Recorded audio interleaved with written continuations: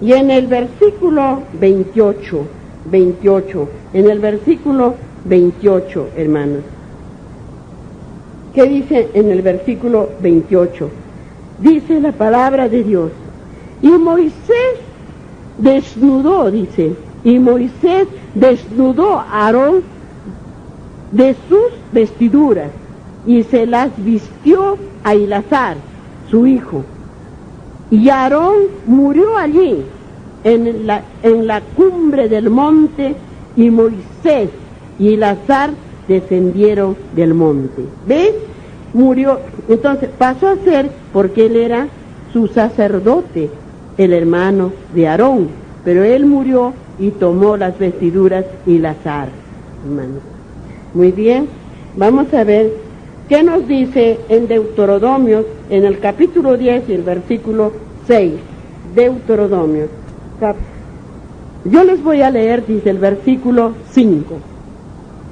Y volvió y dice, y desciende del monte, y puse las tablas en el arca que había hecho allí. Esta como Jehová me mandó. En el versículo 6, después salieron los hijos de Israel de Oret, Benet, Jaacán, a Mosera. Allí murió, dice Aarón. Allí fue sepultado, y en el lugar suyo tuvo el sacerdocio su hijo Eleazar. ¿Hijo de quién era? Eleazar, hijo de quién era, de Moisés, de Aarón, hijo de Aarón, era Eleazar, era su hijo. Al morir el padre, él se puso las vestiduras y llegó a ser el sacerdote, pues su hijo Eleazar. Dice así la palabra de Dios. Vamos nuevamente a Números, al capítulo 21 y 1.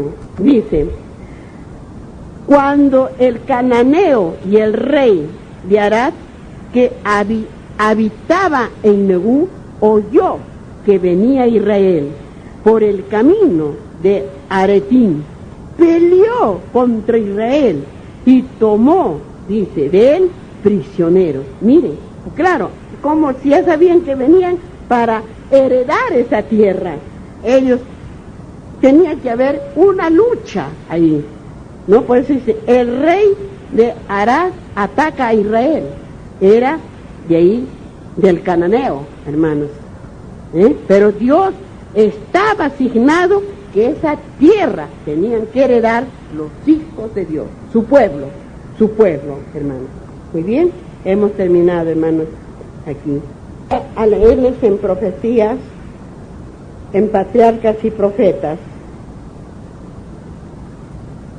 Ustedes van a oír, porque acabamos de terminar en profecías, hermanos. Vamos a continuar lo que nos habla el espíritu de profecía. Dice así, la paciencia de Moisés se agotó. Oíd ahora, rebeldes, exclamó, os hemos de hacer salir agua de esta peña. Y en vez de hablar a la roca como Dios le había mandado, la hirió 2 veces con la vara. Ahí estaba mal. Por eso es que Moisés no entró a la tierra de Canaán. Por esa falta, por ese pecado. Porque Dios no le dijo que golpeara la roca. Por esa falta es que él no heredó la tierra de Canaán, hermanos. ¿Ven? Ahí tenemos que entender, por eso lo que dice acá, por eso dice, miren cómo dice, y dice así, como Dios le había mandado, la hirió 2 veces con la vara. ¿Por qué tenía que herirlo? Si solamente le dijo que hablara y el agua saldría. Pero como era el pueblo rebelde que decía, ¿para qué nos has traído aquí? aquí para que muramos, no tenemos que comer, no tenemos agua, mejor nos regresamos a Egipto, allí tenemos agua, allí tenemos que comer. El pueblo siempre murmurando y el pueblo siempre quejándose y el pueblo siempre rebelde. Entonces miren lo que dice. Y dice, y el agua brotó en abundancia para satisfacer a la hueste, o sea, a todos los miles de gente que estaba ahí, a la hueste. Pero se había cometido un gran agravio Moisés, ¿ve? Había hablado,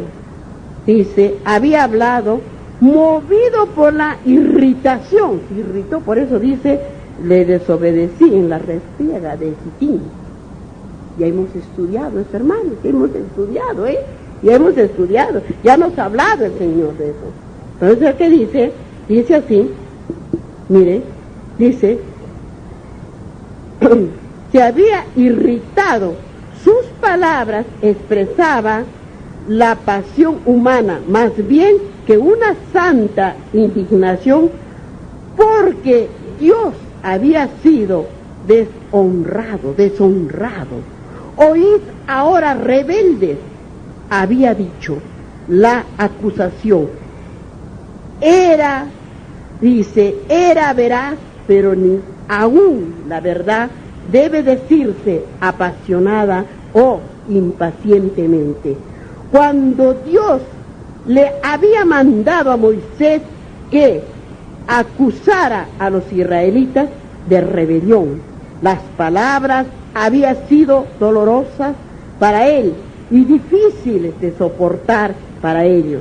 Sin embargo, Dios le había sostenido a él para dar el mensaje, pero cuando se arrogó la responsabilidad de acusarlos contristo al Espíritu de Dios, y solo le hizo daño al pueblo. Evidencia su falta de paciencia y de dominio propio ha sido al pueblo. Oportunidad de dudar. O sea, él no tuvo, ya tenía impaciencia ya. El pueblo tanto que se quejaba y tanto que se rebelaba, hicieron perder la paciencia a Moisés. Por eso dice, la oportunidad de dudar, dice, de que su paciencia, dice, procedimientos anteriores hubieran sido dirigidos por Dios, y de excusar sus propios pecados, tanto Moisés como los hijos de Israel habían ofendido a Dios. Su conducta, dijeron ellos, habían merecido desde un principio crítica y censura. Ahora habían encontrado el pretexto que deseaban para rechazar todas las represiones que Dios les había mandado por medio de su siervo. Miren lo que hacían, qué rebeldes eran, qué rebeldes que era este pueblo. Moisés demostró que desconfiaban de Dios. Os hemos de hacer salir agua de esta peña, preguntó él, como si el Señor no fuera a cumplir lo que había prometido. ¿No creíste en mí?, dijo el Señor. ¿No creíste en mí para santificarme en ojos de Israel?, dijo el Señor a los dos hermanos. Cuando el agua dejó de fluir, dice, y él, a oír las murmuraciones y la rebelión del pueblo, vaciló la fe, ambos en el cumplimiento de la promesa de Dios. La primera generación había sido condenada a pesar, dice, en el desierto, a causa de su incredulidad, pero se veía el mismo espíritu dicen sus hijos, dejarían estos también de recibir la promesa. Miren cómo se rebelaron, hermano, estando el Dios el poderoso día y noche con ellos, y sin embargo seguían quejándose, seguían murmurando. Pero justamente ahí está la gente que se mete de otro lugar. Ahí está justamente los que vienen de otro lugar y que dicen, ¿por qué haces esto? ¿Por qué no haces aquello? ¿Por qué aquello y por qué el otro? Ahí estaba metido. Porque no solo vino el pueblo puro de Dios, ahí se metieron los israelíes, los egipcios. Y ahí se metieron también las marianitas. Entonces, si esos eran adoradores de ídolos, comían carne, ¿qué se podía esperar para que pudiera portarse de esa manera el pueblo de Dios, que eran los israelitas, hermanos? Seguía viniendo allí el pecado, seguía viniendo la rebelión, seguía viniendo la adoración a los ídolos.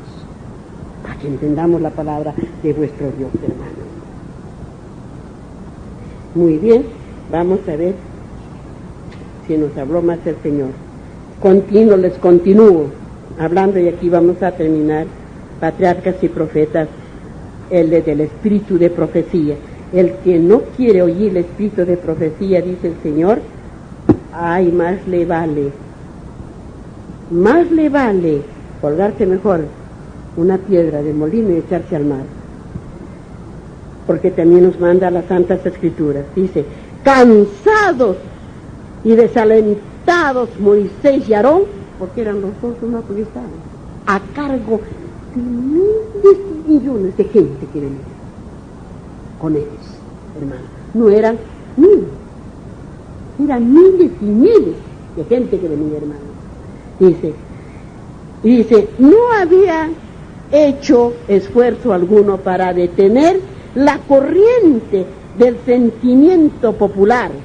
Si ellos mismos hubiesen manifestado una fe, ellos se estaban quebrantando también, una fe firme en Dios, habrían podido presentar el asunto al pueblo en forma tal que lo hubiera capacitado para soportar esta prueba por el ejercicio rápido y decisivo de la autoridad que se les había otorgado. Como magistrados habrían, dice, sofocado la murmuración, habrían ellos sofocado. Cuando ellos estaban murmurando, ellos hubiesen sofocado, que no siguieran murmurando de Dios el Altísimo, hermanos. Pero también como que no, y como que la fe se les estaba también yendo, ¿no? Por eso dice así, que hiciera, dice, miren lo que hiciera, crear, dice, la propia, por su acto, murmuración, cuantos males sugientes se habían enviado. Por su acto temerario, Moisés restó fuerza a la elección que Dios se proponía enseñar, siendo la roca un símbolo de quién, hermanos. ¿Sí hemos estudiado en el Segundo Testamento? Claro, por eso es que no tenía que golpear la fe. Dice así, dice, la roca, un símbolo de Cristo, había sido herida una vez como Cristo había de ser ofrecido.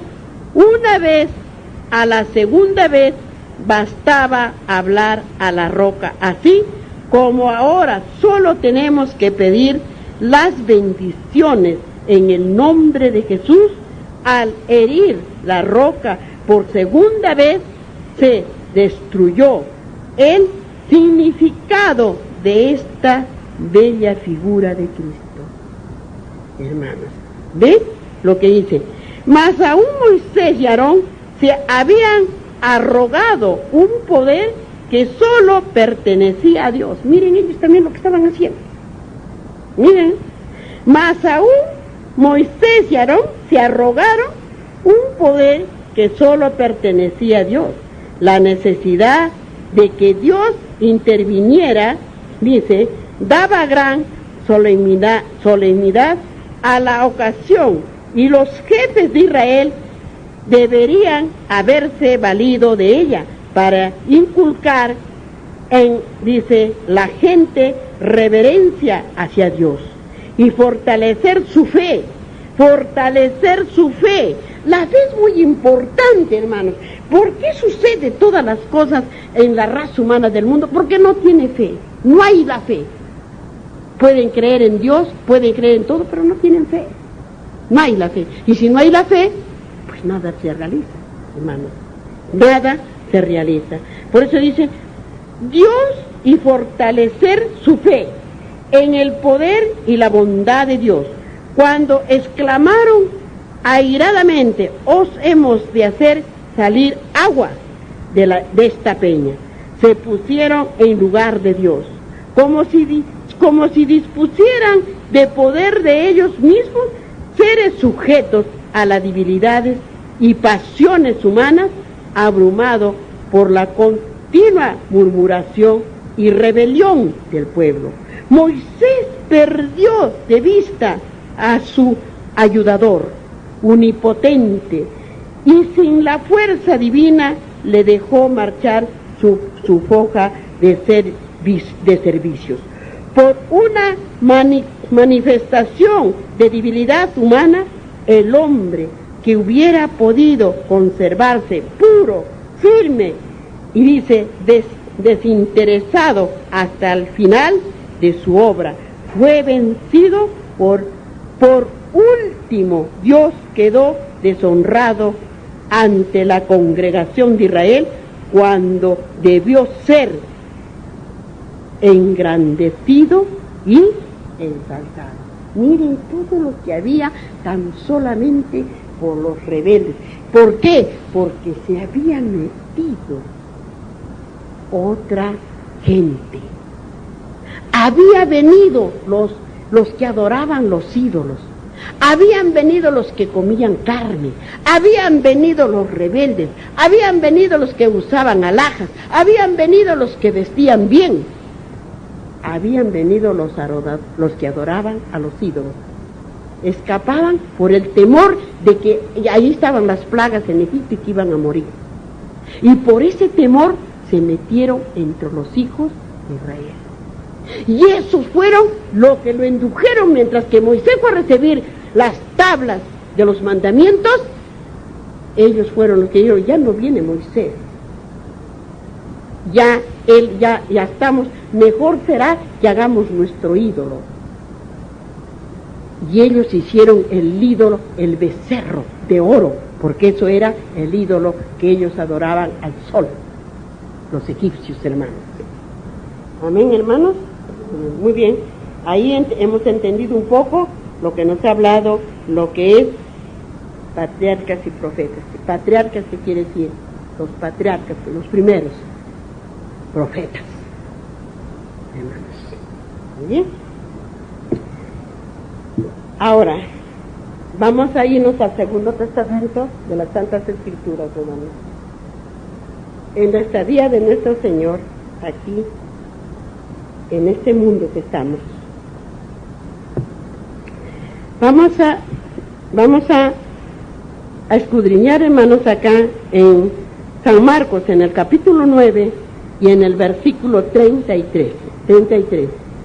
¿Quién es el mayor? ¿Quién es el mayor? Siempre la gente dice, no, yo soy el mayor de ti, tú eres mi hermano menor, yo soy el mayor, y como mayor tú me debes todo a mí, la obediencia, me tienes que servir. Vamos a ver qué dice el mayor de todos.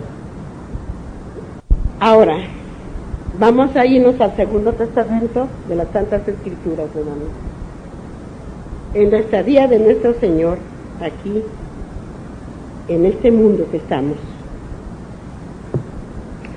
Vamos a escudriñar, hermanos, acá en San Marcos, en el capítulo 9 y en el versículo 33. Dice la palabra de Dios. En el versículo 33 del capítulo 9, dice, de San Marcos, y llegó a Capernaum, y cuando estuvo en casa, les preguntó, ¿qué? Dice, ¿disputabais entre vosotros en el camino? Le preguntó. Mas ellos, o sea, le preguntó ¿quién? Nuestro Señor Jesucristo. Mas ellos callaron, porque en el camino habían disputado entre sí quién había de ser el mayor. O sea, sus discípulos estaban hablando eso. Entonces él se sentó y llamó a los 12 y dijo, si alguno quiere ser el primero, será el postrero de todos y el servidor de todos. El postrero. ¿Y quién era el postrero, hermanos? ¿A qué vino nuestro Señor a la tierra? ¿A que le sirvieran o vino a servir hasta el más humilde? Él vino a servir hasta el más humilde. Podía ser servido porque era el Dios, el Todopoderoso y el dueño de todo, pero sin embargo, Él vino a servir al pecador en esta tierra. Por eso es que entendemos que dice, y eso quiere decir que nosotros siempre tenemos que ser menos, no arrogantes, no soberbios, no orgullosos, no vanidosos, porque nada somos en realidad, hermanos. Y dice, sigue hablándonos, dice en el versículo 36, y tomó a un niño y lo puso en medio de ellos, y tomándole en sus brazos le dijo, el que recibe en mi nombre a un niño como este, me recibe a mí, y el que a mí me recibe, no me recibe a mí, sino al que me envió. ¿Y quién le envió? A nuestro Señor Jesucristo. Dios, el Padre. ¿Muy bien? Dios, el Padre, es el que lo ha enviado. Vamos a ver qué nos dice para que entendamos acá. Vamos a San Mateo, al capítulo 18, versículo 1 y 5. No dice nada. Miren lo que dice. En aquel tiempo los discípulos vinieron a Jesús diciendo, ¿quién es el mayor en el reino de los cielos? Le dijo, ¿quién es el mayor en el reino de los cielos?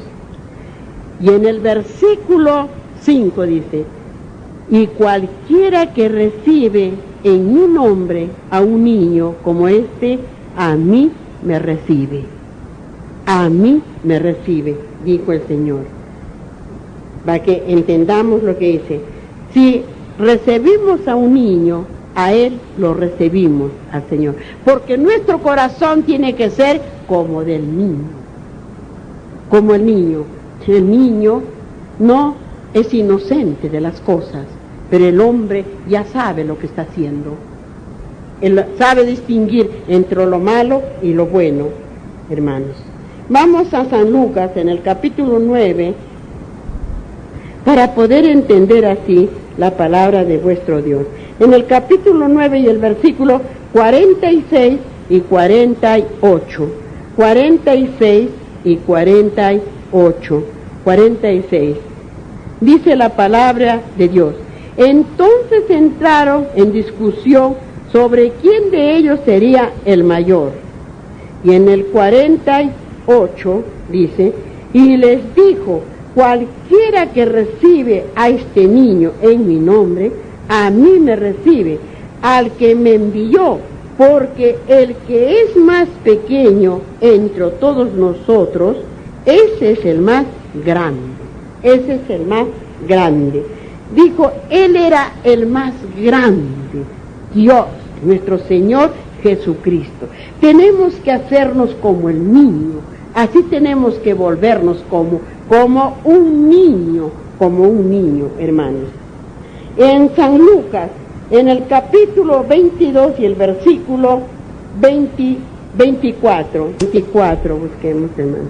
Dice la palabra de Dios. Hubo también entre ellos una disputa sobre quién de ellos sería el mayor. Miren, de ellos. O sea, ¿quién eran? Los apóstoles. 20, en el capítulo 20. En el capítulo 20 y los versículos 26 y 27. 26. Dice así: mas entre vosotros no será así, sino que el que quiere hacerse grande entre vosotros será vuestro servidor. Y en el versículo 27 dice: el que quiera ser el primero entre vosotros será nuestro siervo. Nuestro siervo, el que quiere ser el primero entre vosotros será vuestro siervo, hermanos. Y dice en San Mateo, en el capítulo 23 y el versículo 11, dice: el que es mayor de vosotros sea nuestro siervo, dice, nuestro siervo. En San Marcos, en el capítulo 10 y versículo 43, San Marcos 3 y 44, 43 y 40, dice: pero no será así entre vosotros, sino el que quiera hacerse grande entre vosotros será nuestro servidor, dice en San Marcos. Y en el 44 dice: el que de vosotros quiere ser el primero será siervo de todos. Será siervo de todos. Miren lo que dice el Señor. Petición de Santiago a Juan: será siervo de todos. Miren lo que aquí, San Lucas 22 y el versículo 26, 22 San Lucas. Busquemos. ¿Han encontrado? 22 y el versículo 26. 26, hermanos. Dice la palabra de Dios. Dice así: mas no así vosotros, si no sea el mayor entre vosotros, como el más joven, y el que dirige como el que sirve. ¿Qué dijo? La grandeza en el servicio.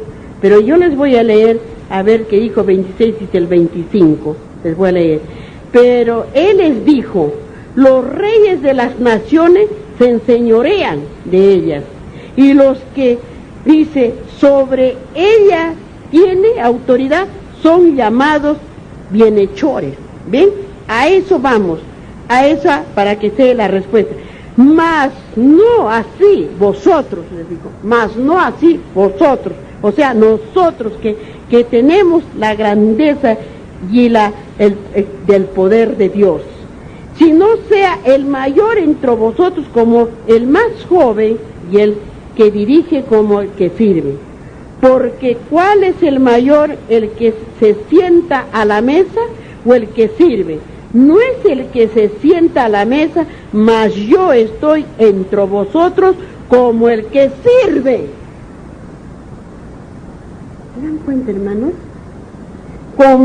Como el que sirve. Pero vosotros sois los que habéis permanecido conmigo en mis pruebas. Yo pues os asigno un reino, como mi Padre me lo ha asignado a mí, para que comáis y bebáis a mi casa, a mi mesa, en mi reino, y os sentéis en tronos, juzgando a las 12 tribus de Israel. Miren, esos son los que obedecemos, los que servimos a Dios. ¿Han entendido esto, hermano? Miren, no está, pero yo les he leído para que entiendan.